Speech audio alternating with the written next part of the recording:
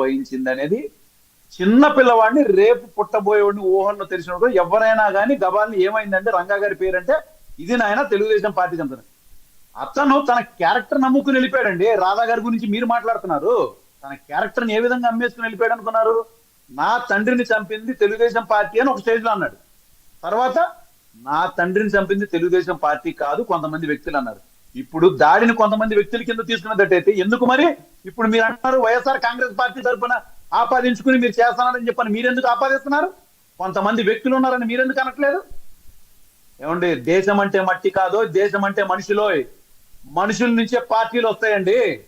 ఆ రామాయణాలు గారు, మనుషుల నుంచే పార్టీలు ఉంటాయి. కాబట్టి కొంతమంది వ్యక్తులు చంపారంటే అదేదో మామూలు మర్డర్ అయిపోదు. రాష్ట్రం మొత్తం కాదు, దేశం మొత్తం ఉలిక్కి పడిందండి రంగా గారి మర్డర్కి. వాళ్ళ కొడుకు వెళ్ళిపోయి ఆ పార్టీలో, వాళ్ళ కొడుకే కాదండి వాళ్ళ భార్య, రంగా గారి భార్య అని చెప్పుకునేటువంటి రత్నకుమారి గారు కూడా తెలుగుదేశం పార్టీలోకి వెళ్ళిపోయారు. అది సిగ్గుమాలను పని చేశారని చెప్పని అందరూ తిట్టుకుంటున్నారు.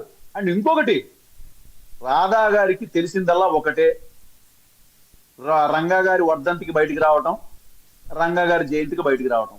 ఇంతకు మించి నా తమ్ముడికి ఏమీ తెలియదు. ఎందుకంటే అతనికి రాజకీయంగా ఏ ఇంట్రెస్ట్ లేదు. నెక్స్ట్, ఏ విషయంలో అయినా కానీ స్పందించేది మాత్రం తప్పనిసరిగా ఆ కుటుంబంలో నేనే. అది కులం పరంగానే అవ్వచ్చు, పార్టీ పరంగానే అవ్వచ్చు, పరిచయస్తుల పరంగానే అవ్వచ్చు. అంతేగాని మన చేతికి ఉన్నటువంటి 5 వేళ్ళు ఒకటే రకంగా ఉండాలంటే కుదరదు. అది మీకు తెలుసు. అతనికి ఎక్కడ కూడా రాజకీయ ఇంట్రెస్ట్ అనేది లేదు.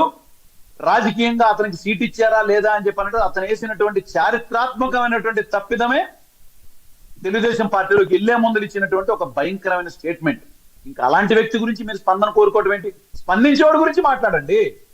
స్పందించేవాడి గురించి మాట్లాడకుండా మీరెందుకు మాట్లాడుతున్నారంటే ఆ కుటుంబంలో మాట్లాడే హక్కు నాకుంది. ఆ కుటుంబాన్ని అభిమానించేటువంటి వ్యక్తుల మీద కనీసం నేను చేయగలిగేటువంటి అవకాశం నాకుంది. నేను తప్పనిసరిగా చేస్తాను ఆంజనేయులు గారు. అండ్ ఇంకోటి, కొంతమంది వ్యక్తులు వచ్చేసి నన్ను రెచ్చగొట్టి ఏదో పార్టీ పరంగా దీన్ని మైలేజ్ తీసుకోమని ఎవరు నాకు చెప్పలా. అలా చెప్పేటట్టయితే నేను వెళ్ళి డైరెక్ట్ గా సాక్షి ఛానల్లో కూర్చుని డిబేట్ పెట్టేవాడిని. మీరు తెలుసుకోవాలి, ఓపెన్ సీక్రెట్. రంగా గారిని చంపింది తెలుగుదేశం పార్టీ ఇది ముమ్మాటికి. ఎందుకంటే ఆ మర్డర్ జరిగినటువంటి సమయం, ఆ మర్డర్ జరిగినటువంటి స్థలం అది కేవలం ఒక 2 పర్లాంగుల దూరంలో ఎస్పీ ఆఫీస్ దగ్గర జరిగింది. అరగంట పైన జరిగినటువంటి ఆ ఘటన ప్రత్యక్ష సాక్షిని నేను. ఎందుకు ఒక పోలీసు కూడా రాలేకపోయారు? 2 పర్లాంగుల దూరంలో